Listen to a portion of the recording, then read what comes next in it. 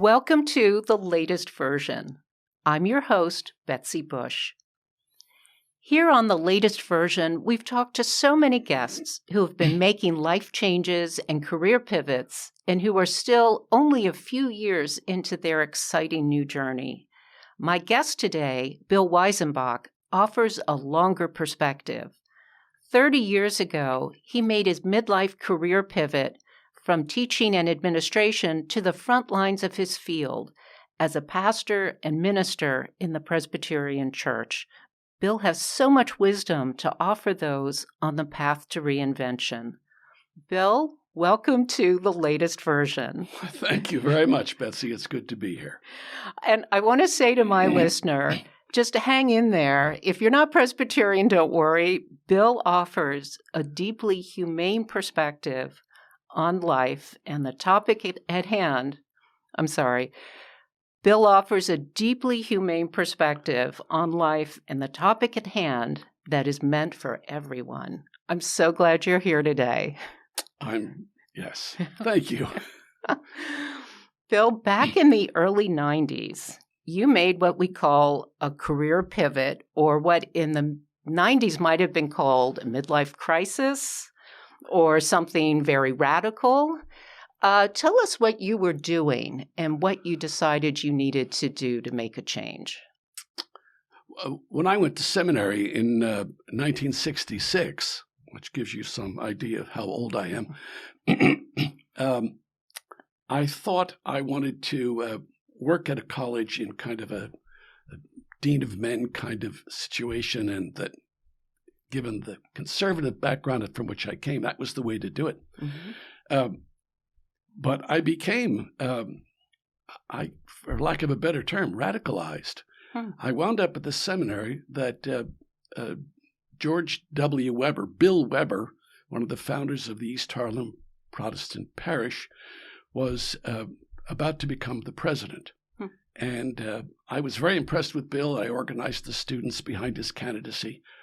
So when I graduated in 1969, instead of going off and doing that, Bill invited me to be his assistant while I did yet another graduate degree. And the entire experience was revolutionary for me. This was in the middle of the time that issues of racism and misogyny were so on the forefront. And New York Seminary was deeply committed to working in all of these. Even the earliest days of the environmental movement occurred about this time. And because we had a building that was only half occupied with the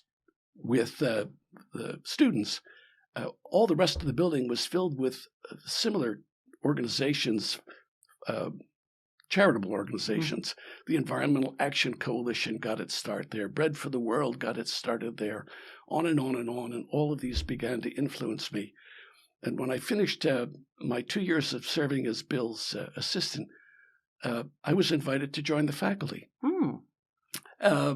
which was great. And a few years after that, I wound up being the vice president of the school. And then as we evolved and grew and became actually a very sizable institution, 600 or 700 students at every imaginable level. Right.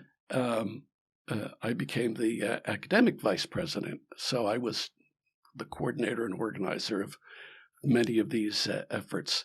And I loved all of that. It sounds very exciting. It was a wonderful place to be. Bill finally retired, and a new president came on, and he too had been a colleague on the faculty with the same priorities, same commitments to doing things that would change the world for the better. By this time, the institution itself was 70% African American students, the rest divided between Korean, Spanish, and Caucasian. So it was an extraordinary learning opportunity for people like myself who, in early days, had no experience to that world at all.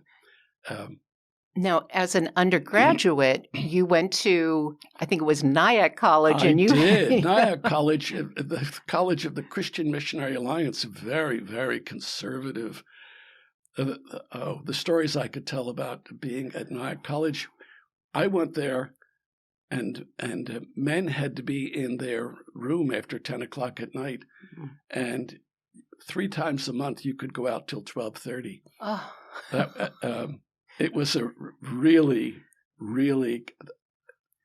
It took Nyack College about 20 years to catch up to what was going on in the world at that time. I remember in the Vietnam War, there was a point at which they said, if you support the war in Vietnam, drive around with your headlights on, and all the faculty were driving around with their headlights on all the time. And I thought, even then, I knew something was wrong. Yeah.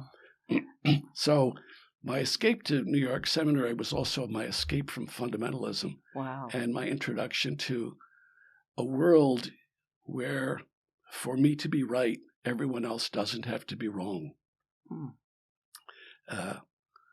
Something to which I am devoutly committed to this day. That's amazing.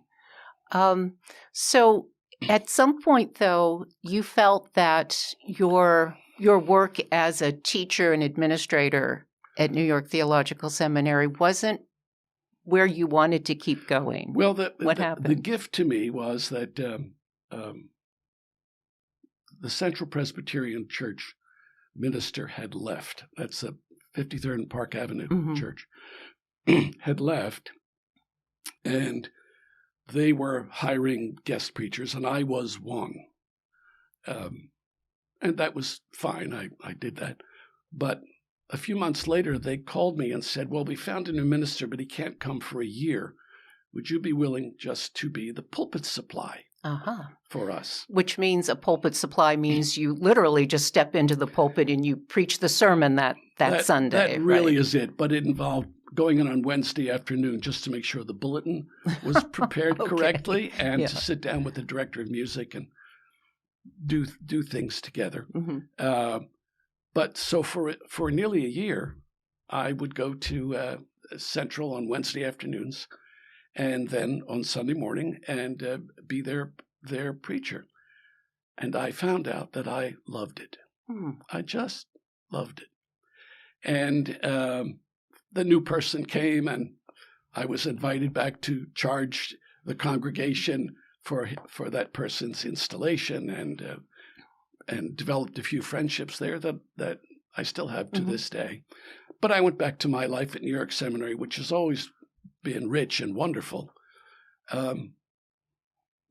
But then the Board of Trustees hired a president who no longer saw me as a partner. And I knew I needed to change. And I couldn't get out of my system how much I had enjoyed the parish ministry. And one of my seminary colleagues actually was living at that point in Garrison. And he said, there's a little Presbyterian church up there that's got a vacant pulpit. If you're really thinking about doing something different. And so I investigated it among several other offers in churches, some in Manhattan, and decided to take the plunge. Took a $45,000 pay cut. Well, a lot of the discussions I have with people on this podcast involve experimenting with new fields through, say, volunteering or taking a side hustle and expanding it into, it's like, oh, I was doing this just for fun or just as a side gig, and all of a sudden it's the only thing I want to do.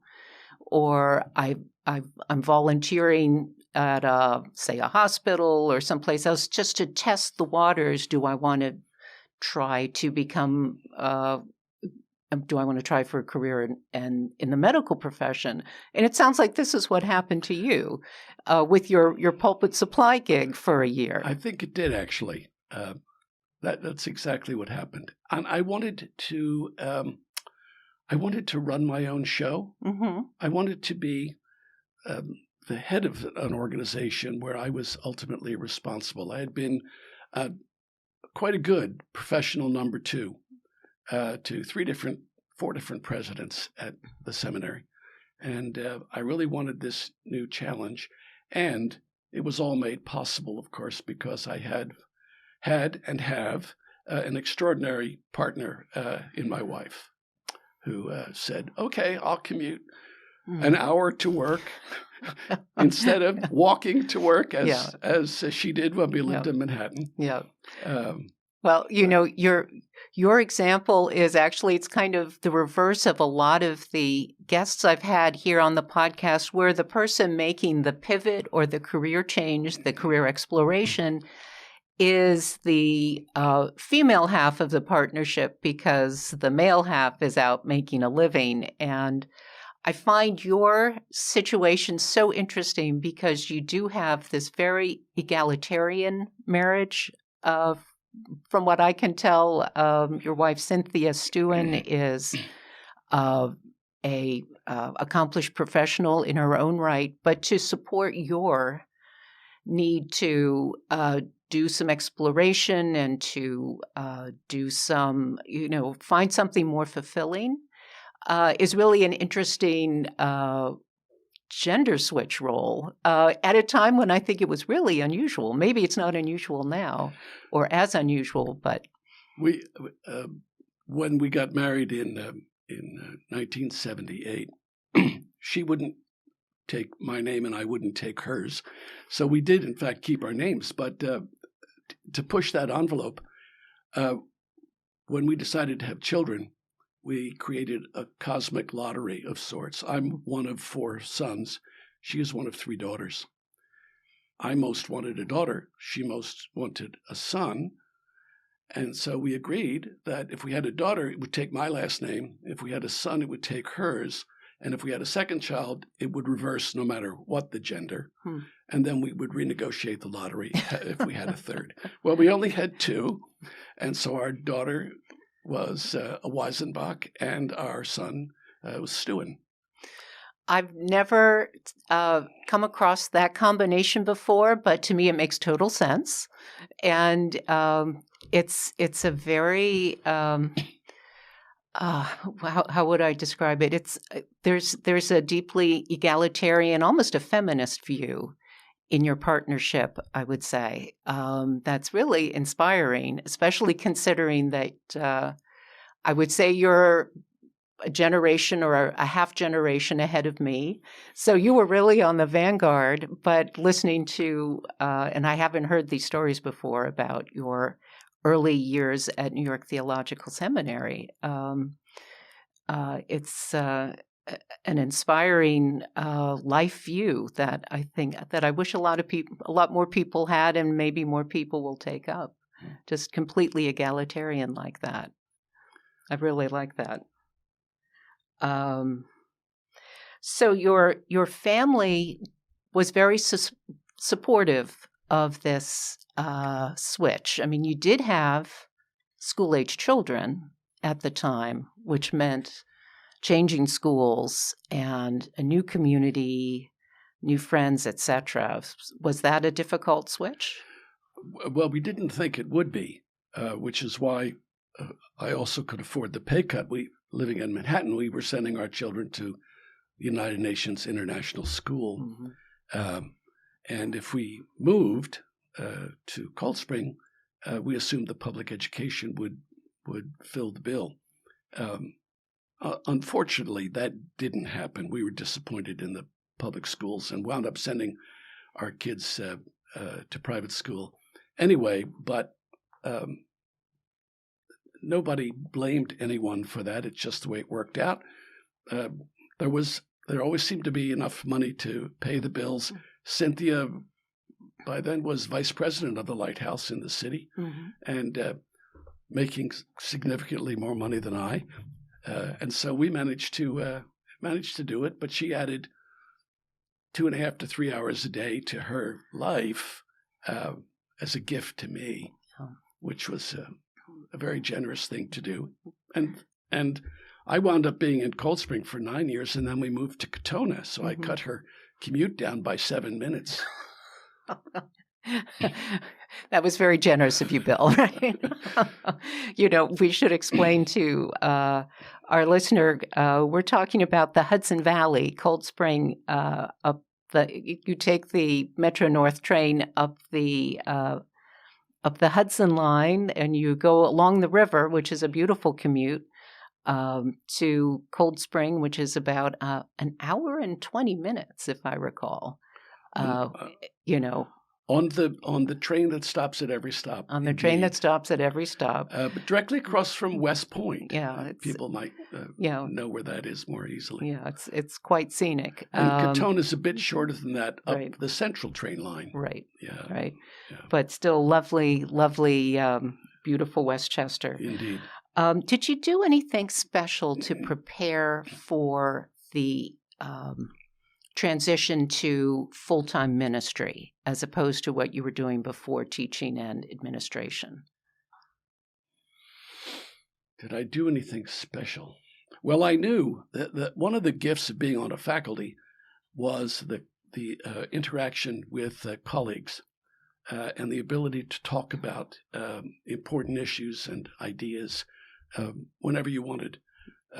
So the very first thing I did was become part of what we called a lectionary group, a clergy group. So we would meet on Wednesdays and we would take a look at the lectionary texts for the coming Sunday. Sometimes we talked about those. Usually we talked about our lives and our troubles and the parishioners who were just a royal pain in the and it was a chance to complain and be in an environment where you really could be honest with people and not have to go back to your professional face when you got home. And I found that extremely important in my life, not to move into what could have been a very solitary life other than going during the week to visit people in their homes or in the hospital. I think one issue with people who become entrepreneurs who maybe leave an office environment to start the business they've always dreamed of starting is the solitariness. Yeah. And I can certainly speak to that as a podcaster. I don't really have a peer group.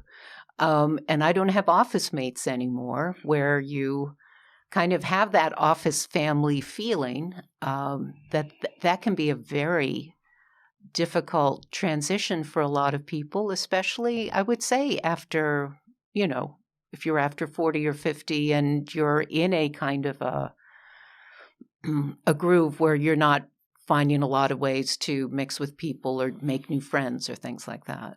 The other part of that, too, is the discipline that an office or a faculty position offers you. There's a certain expectation. You're going to be in at a certain hour. In my case, as an administrator, I was in at 8 o'clock in the morning, and I left about 5:30, unless I was teaching that night. And that provided the space and the time and the discipline to do my job. You get into being self-employed or being in parish ministry, nobody's looking at the clock. You could sleep in the morning. You could play golf every afternoon of the week, but you really would not get your job done. Right. So you do have to build into your life mechanisms to discipline. I do anyway. It's a need of mine. Right. For example, if I didn't have a draft of the whole of the Sunday morning service, including my sermon, done by Wednesday, I was something of a wreck. So it made Monday morning. Many clergy take Mondays off. I never did. I would start working on the next Sunday. I think I discovered that in a church situation, and this might relate to other kinds of occupations as well, if you do church well, you can get away with a lot of stuff. But if you don't do church well, i.e., if Sunday morning, doesn't seem all buttoned up and organized. Yeah, right. And if there isn't a thoughtful sermon that, that gives people something to think about during the week, you're probably not going to hang on to that job, or at least you're not going to grow. You're going to be, you're going to remain quite small. And in my 9 years at Cold Spring, we went from 45 people to 200, which was a testament to at least doing church well, right. I think. But also, I mean, we also did all kinds of programs to get the community involved. We had a jazz vesper service. We had a movie night. One of the professors at New York Seminary who taught ethics would do a movie night on Saturday night once a month. We'd have a potluck and have a movie and talk about it with him. Yep, there are all sorts of different ways to engage people outside of the Sunday service, but you don't want anyone showing up and going home and thinking, well, that was a waste of time. Right. Right. That's the last thing. If you look back now over that transition time, would you do anything differently? Would you have tried to approach a career in ministry earlier, or do you think it was just the way circumstances came together? Yeah, well, it certainly feels to me that the way I did it and the timing involved was a plan beyond my comprehension that was for me. It really worked out very well. I mean, what would I have done differently? I probably would have paid more attention in seminary to the things that I was expected to be able to do when I got into a parish than I actually did. But I am a pretty quick study, and I think I picked them up on the way. I wish I had read more philosophy when I was in college. Really?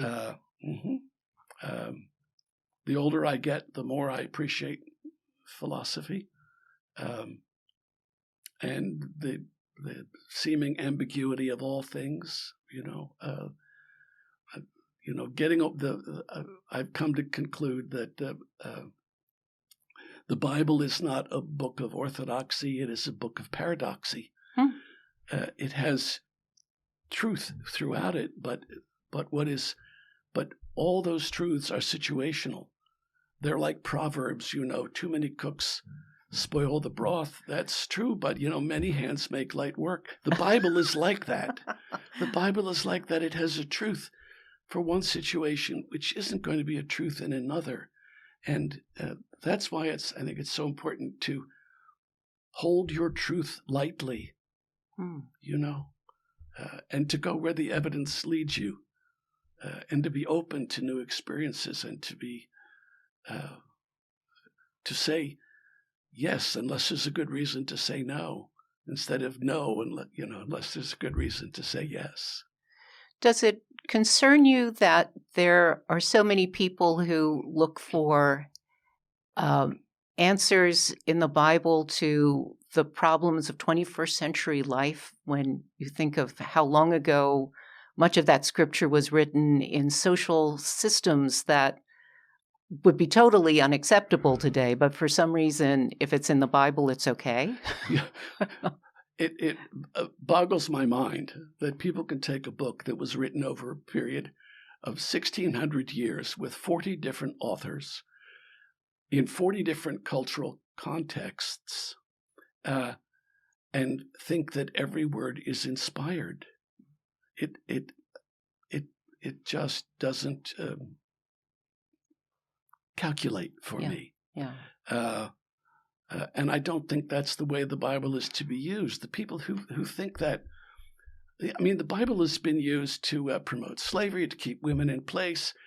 Still to this day, people use the Bible to keep LGBTQ people as outcasts, when what the Bible points to in all of its fullness is generosity and love and fairness and sharing, and all of those wonderful qualities that we all hope for. So yeah, I'm terribly bothered by what fundamentalists do to the Bible, and that fundamentalist Muslims do to the Quran, and fundamentalist Jews do to the First Testament. I mean, it makes no sense to me, and it's not fair.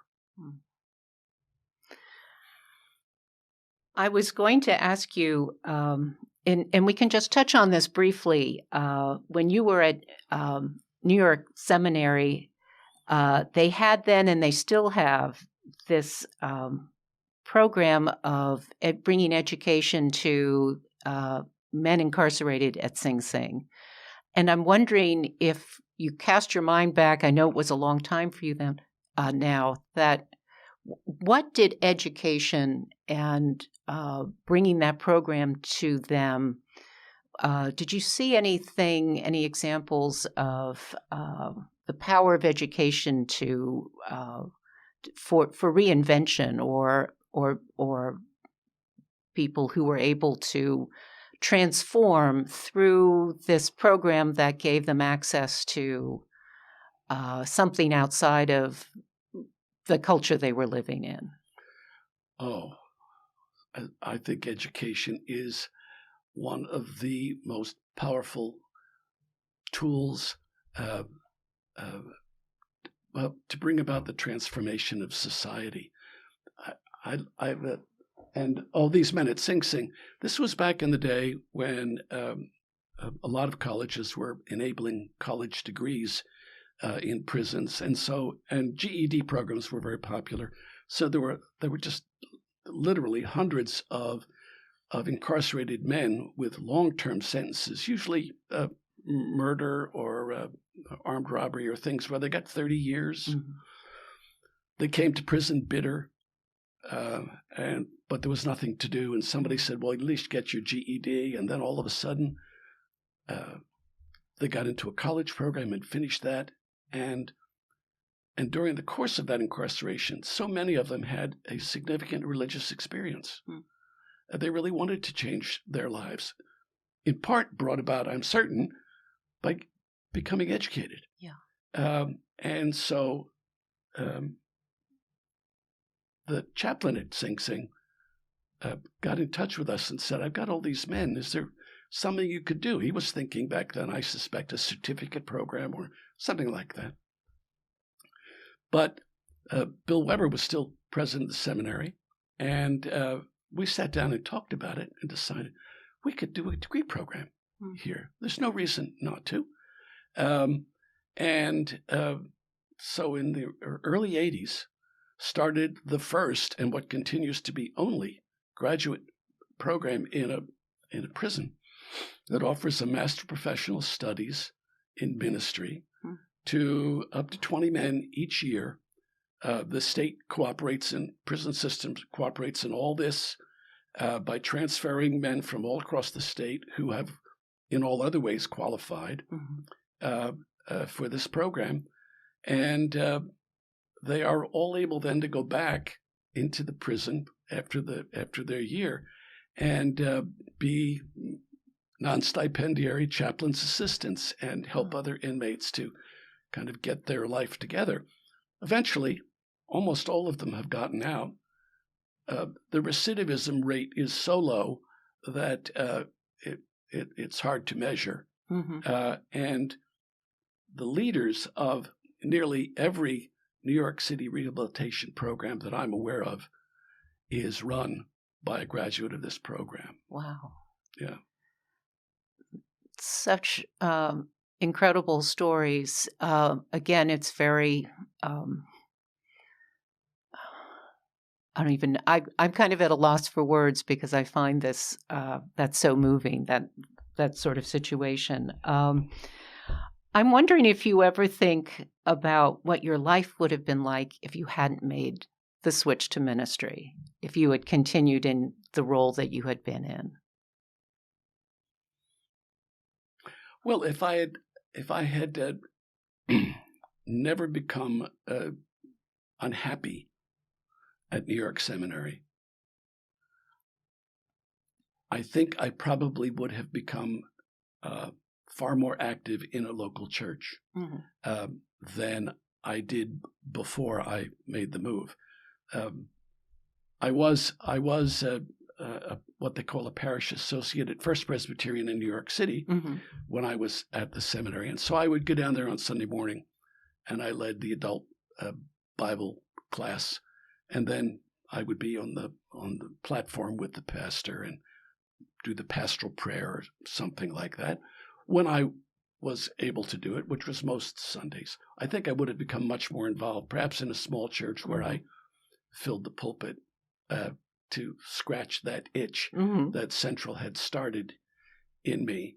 And I still have that itch. I retired from my second parish. I'm fully retired in the Presbyterian system, and became a parish associate at the Hitchcock Presbyterian Church in Scarsdale, where I do the same thing. I lead an adult Bible class, and I am on the platform. Occasionally preach there and preach at other places when I'm asked to do so, and cannot imagine my life without that. But no, I've been joyful in everything that I've done, and when I wasn't, I moved on. There's this in the Old Testament. There's the story of Hosea, whose wife was a harlot, and she would go out every morning and sit at the gate and ply her trade. Yes, ply her trade. And each evening, Hosea would go out and take her hand and bring her back home.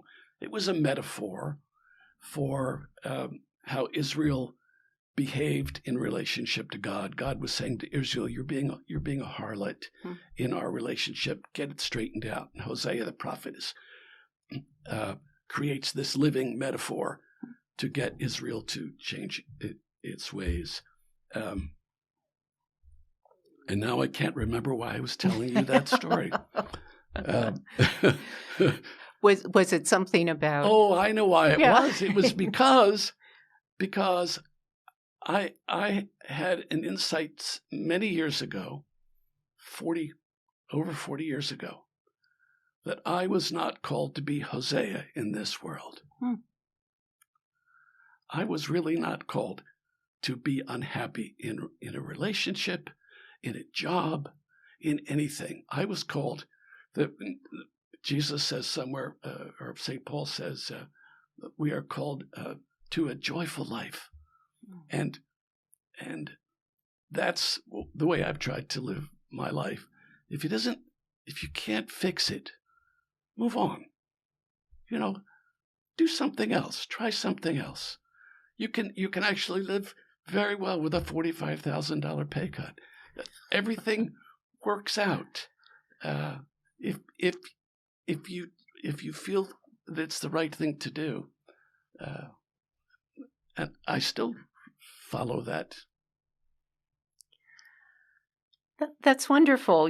I always end my my interviews with asking for 3 pieces of advice, and I'm wondering if you have some 3 distilled pieces. This has been a wonderful conversation, but I'm wondering if you have 3 off the top of your head that you can recommend. I may have already said some of them. One of them certainly is hold your truth lightly. Do not. Michael Green, the British theologian, used to say, "Never be so arrogant as to presume that God's truth is limited by your ability to understand it." And I had that on my wall when I was a pastor. That is, I think one needs to hold your truth lightly, to be humble about it, to be open to new information, new perspectives. At the moment, I'm going through the whole gender thing. I mean, I always used to say sisters and brothers, and there are people in our congregations out in the world who don't feel like a man or a woman necessarily, and don't want to be called a brother or a sister. This is hard for me at my age to do this, but I'm trying to be open to it. I think a lot of us are learning to evolve and understand others' points of view, and especially in cases like that. That's great. Hold your truth lightly. I like that. And the other is to like what you have, be who you are, and do the best you can. And so this has even given me the courage to accept the fact that I have a large nose. Like what you have. Like what you have. It's okay. Bill, I like what you have. Even your large nose. So, I try and live that in my life. Yeah. That's very wise. And with so much discontent and dissatisfaction that I think only seems to be ginned up more and more by our constant, use of social media, where we're comparing ourselves to others and an ideal that may not even exist because the ideal was photoshopped to begin with. Like who you are. Say those again. Accept what you have. Be happy with what you have. Like what you have. Yes. Be who you are, and do what you can. Love it. Love it. Bill Weisenbach, thank you so much. This has been a wonderful conversation. Thank you for joining me in my first in-person studio interview conversation on the latest version. It has been my pleasure. Thank you, Betsy. Thank you.